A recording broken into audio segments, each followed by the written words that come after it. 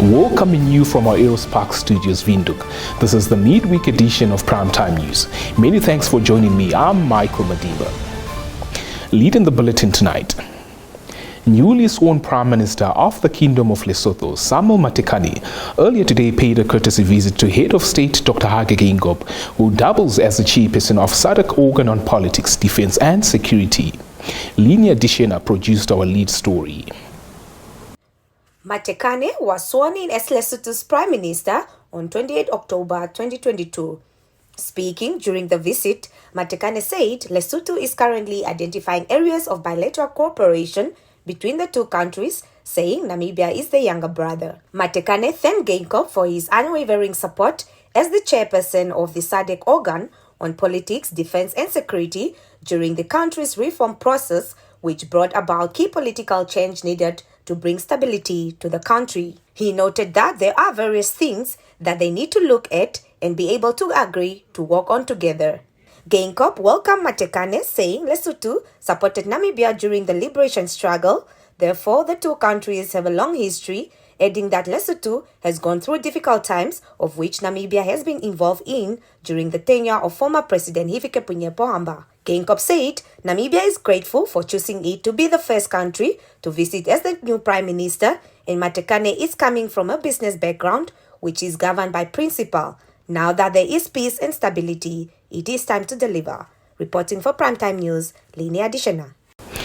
Deputy Executive Director and the Minister of Health and Social Services, Petronella Masabane, has called for older persons' rights to be protected at all times. Our Erongo region correspondent Isabel Bento filed the story. Masabane, who was speaking at the National Consultation on the National Policy on the Rights, Protection and Care of Older Persons in Namibia in Swakopmund on Tuesday, said there is a need for stakeholders to ensure that older persons continue to benefit from society regardless of their contribution towards it. Statistics by the Namibia Statistics Agency indicate that 44.5% of older persons experience multidimensional poverty. However, the Namibia Protection Policy makes provision for social protection measures to address poverty among this cohort. Masabane noted that the government is addressing issues that violate older persons' rights through policies such as the National Policy on the Rights, Protection and Care of Older Persons. The goal of the National Policy on the Rights, Protection and Care of Older Persons is to promote, protect and ensure that the rights and dignity of older persons to enable them to enjoy all their human rights and fundamental freedoms entirely on an equal basis with others. The workshop will enable stakeholders to review the draft policy and make recommendations for its finalization. Reporting for Primetime News, Linia Dishena. Ombudsman Basilis Diakuga noted it is vital for the proposed revamped Ombudsman Bill before Cabinet to materialize, as it will enable the office execute its duties effectively and independently as compared to the status quo. Linia Dishena filed this report. Speaking during its 2021-2022 annual report media briefing here on Tuesday, Diakuga said although the Ombudsman is a key partner in assisting the Cabinet in the implementation of good governance, enhancing rule of law and democracy, currently its independent operations are limited under the Ministry of Justice.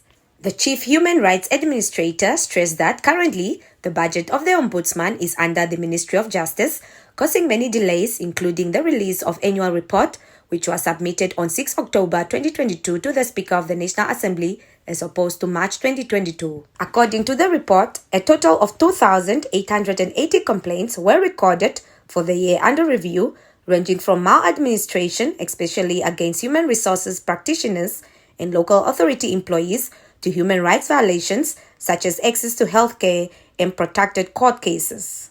The report indicated that the Ombudsman acted on 1,175 cases, representing 49%, while 687 cases requested for information and advice, and 561 did not fall under its mandate. Reporting for Primetime News, Linia Dishena.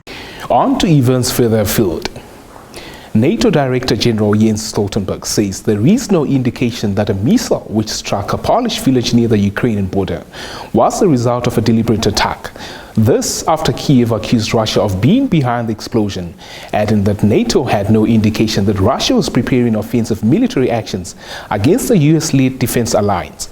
More context from this report.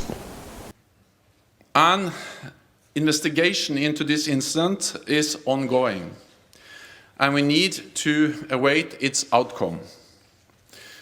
But we have no indication that this was the result of a deliberate attack. And we have no indication that Russia is preparing offensive military actions against NATO. This is what you can expect when we return.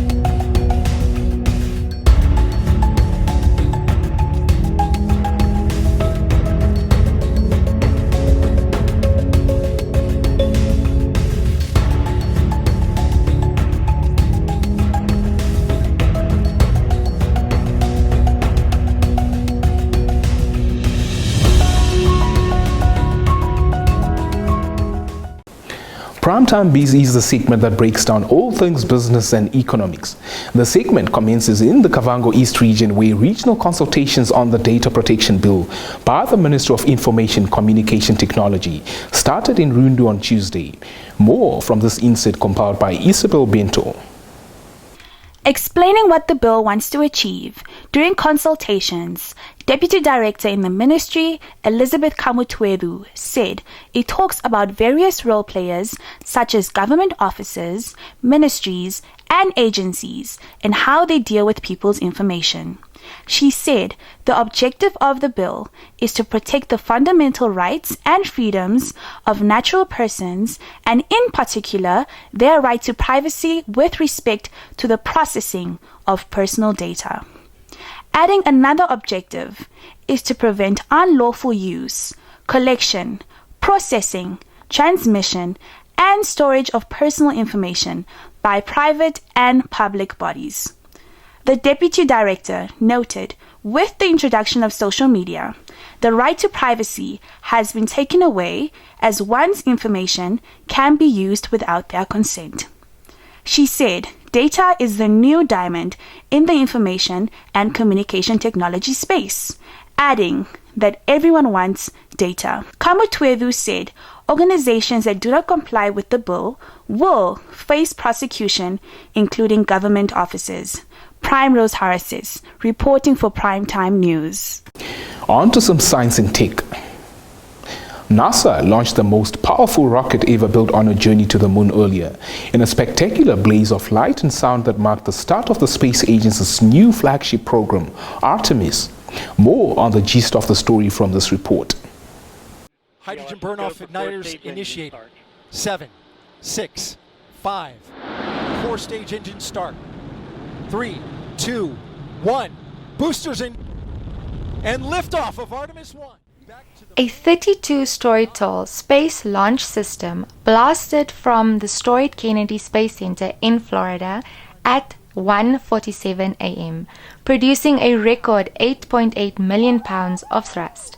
Charlie Blackwell Thompson, NASA's first female launch director, told cheering teammates that what they have done today will inspire generations to come. Fixed to the rocket's top was the unscrewed iron spaceship that will orbit Earth's nearest neighbor in a test run for later flights that should see the first woman and person of color touchdown on lunar soil by the mid-2020s. America last sent astronauts to the moon during the Apollo era from 1969 to 1972. To witness the world's most powerful rocket take the Earth by its edges and shake the wicked out of it, and it was quite a sight.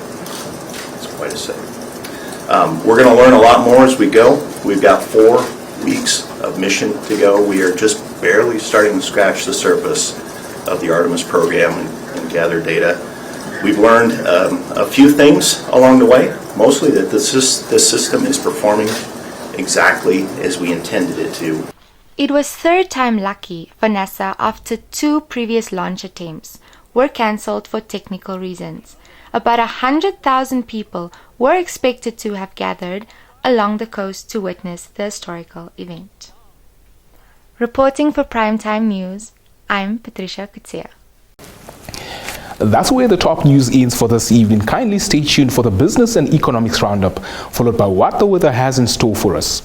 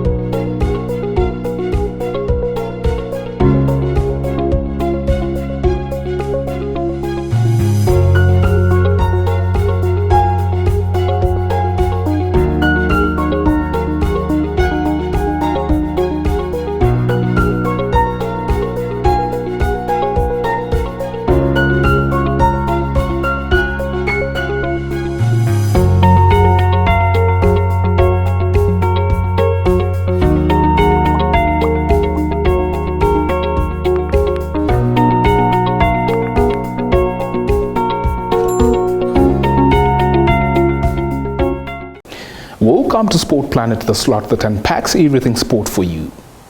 Cycling leads the segment. Namibia Cycling Federation President Axel Thiessen says the newly inaugurated BMX track in the northern town of Otapi is a dream come true for the development of the sport. The federation inaugurated the BMX track at Otapi during the first week of November 2022. In an interview with Nampa on Tuesday, Thiessen said it was an honor to construct the track and hopes it will change the lives of young people for the better.